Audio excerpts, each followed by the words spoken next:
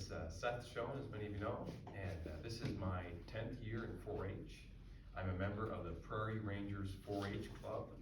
I'm a senior, and today I'm going to be giving a presentation, which is, actually it's not a presentation, it's an illustrated talk, as it would be labeled under. But the title of it is Evaluating 6 Pastors During the American Revolution.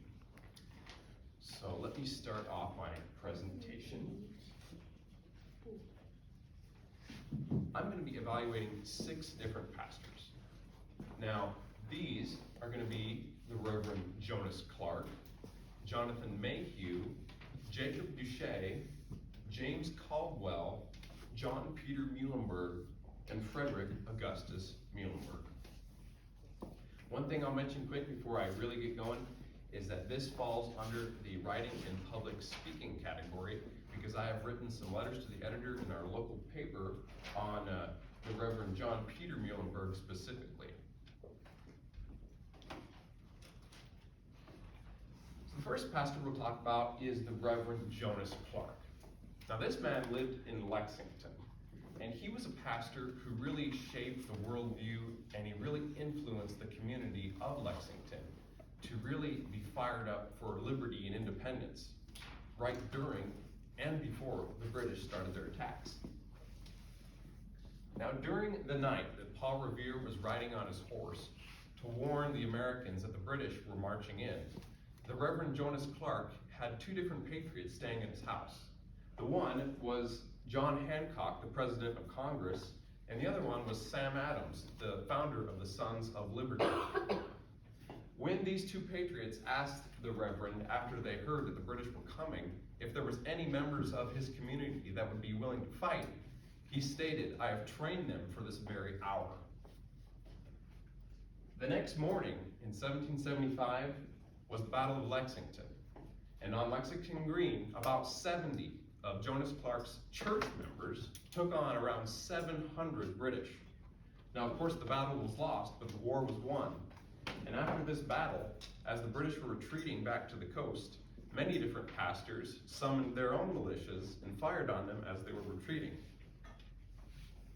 The second pastor we're going to evaluate today is the Reverend Jonathan Mayhew. Now, John Adams, the president, said that if it wasn't for the preaching of Reverend Jonathan Mayhew, we may have never become a separate independent country. He wrote a sermon titled "A Discourse Concerning Unlimited Submission and Non-Resistance to the Higher Powers," which was revolutionary at the time. He wrote in the preface to this sermon that he was hoping that many would not get annoyed because he was preaching about politics. He said that why then should not those parts of Scripture which relate to civil government be examined and explained from the desk as well as others? He says even the holy apostles talked about politics from the pulpit. Now he, through his sermons, came up with a saying called "Rebellion to tyrants is obedience to God." And this saying was used and incorporated by Benjamin Franklin and Thomas Jefferson. And this is the seal that Benjamin Franklin actually wrote up based on Jonathan Mayhew's sermon. But unfortunately, today, we have the pyramid and the all-seeing eye on the $1 bill instead of the symbol you see here. This is what Benjamin Franklin wanted to be on the $1 bill. And it's a picture of Moses crossing the Red Sea and Pharaoh's army drowning in the water. So the third pastor we're going to talk about is the Reverend Jacob Duche. Now, he was an Anglican minister that the Founding Fathers wanted to come and preach and give a devotion during the First Continental Congress. The first time Congress ever came together, they wanted this man to come and have a devotion with them. Here's a picture of the devotion and the Bible reading during that time. You'll see George Washington sitting over here kneeling at the chair. Now, the Reverend Jacob Duche preached a sermon called "The Duty of Standing Fast in Our Spiritual and Temporal Liberties." Now, what he stated was, "Inasmuch as all rulers are in fact the servants of the public and appointed for no other purpose than to be a terror to evildoers and a praise to them that do well, He says, whenever that divine order is inverted, does not reason, does not Scripture call upon the man, the citizen, the Christian of such a community to stand fast in the liberty wherewith Christ hath made them free? That's from Galatians 5:1.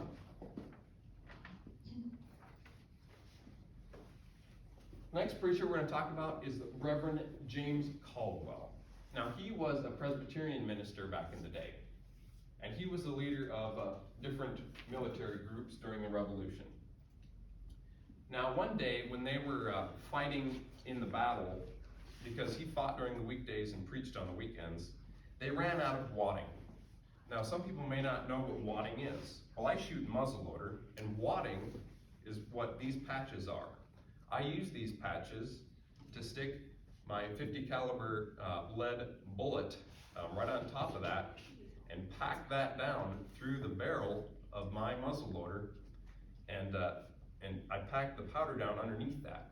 So they were all out of wadding, and if you don't have any wadding, you can't even shoot your gun. So the Reverend Caldwell decided to go into the local church, and he took some of Isaac Watts' hymn books. And this is Isaac Watts. He wrote hymnals back in the day. He took some of these hymn books and he tore out the pages and he said, "Give him Watts, boys." And this is the famous painting of him saying that. So they tore out the hymnal pages and they used it for wadding so they could keep fighting the British. They delivered some pure doctrine to the British. Now the British hated him so much because as a pastor he was so influential in trying to promote American liberty and independence that they tried to kill him. So in the middle of the night, they shot through his bedroom window and accidentally shot his wife instead of him. Well, after that day, it just dug his heels in even more. And he'd have a Bible up on his pulpit and 2 pistols up there on the pulpit. And he challenged any man to take either his Bible or his pistols. Now the next pastor I'm going to talk about is the Reverend John Peter Muhlenberg. And he is probably my most favorite of all these pastors. And I'm going to put this on here just to kind of demonstrate what he did. Now this is it's kind of it's a fake clerical robe. This is what they wore back in the day. Now he was preaching from Ecclesiastes that morning in his church, and this was back in 1775, so the war was just getting really going. And so he finally said, after preaching in Ecclesiastes, that there's a time for everything under the heavens. He finally said there's a time to preach and a time to fight. And he said, now is the time to fight.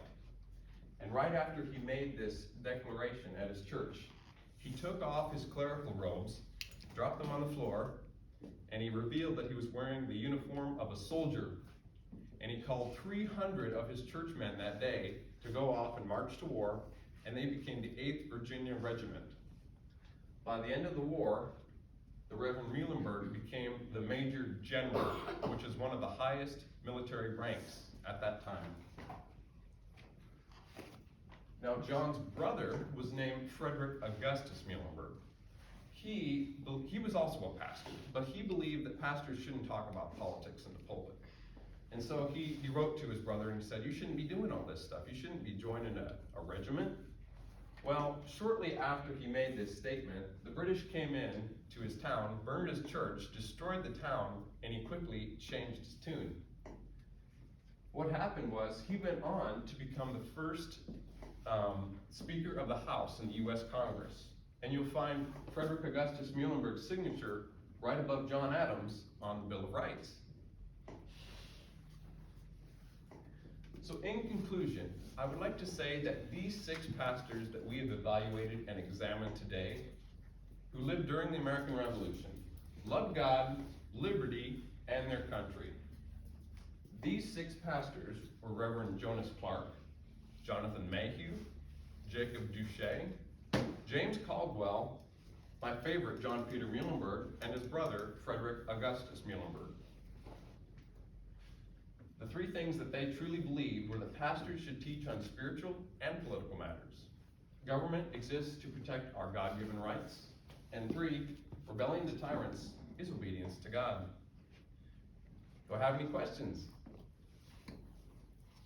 Yes. How long did it take you to put this all together?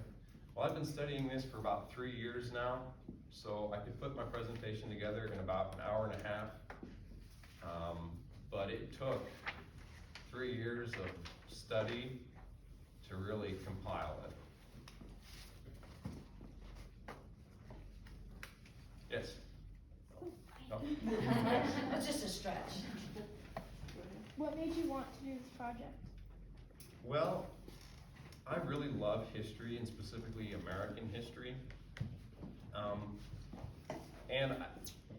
Really, I think there's a misunderstanding today where a lot of people don't believe that pastors should be involved in the political sphere and influence of their society. And so I really wanted to kind of right some of those wrongs and just kind of touch on some of this really interesting history that I really love.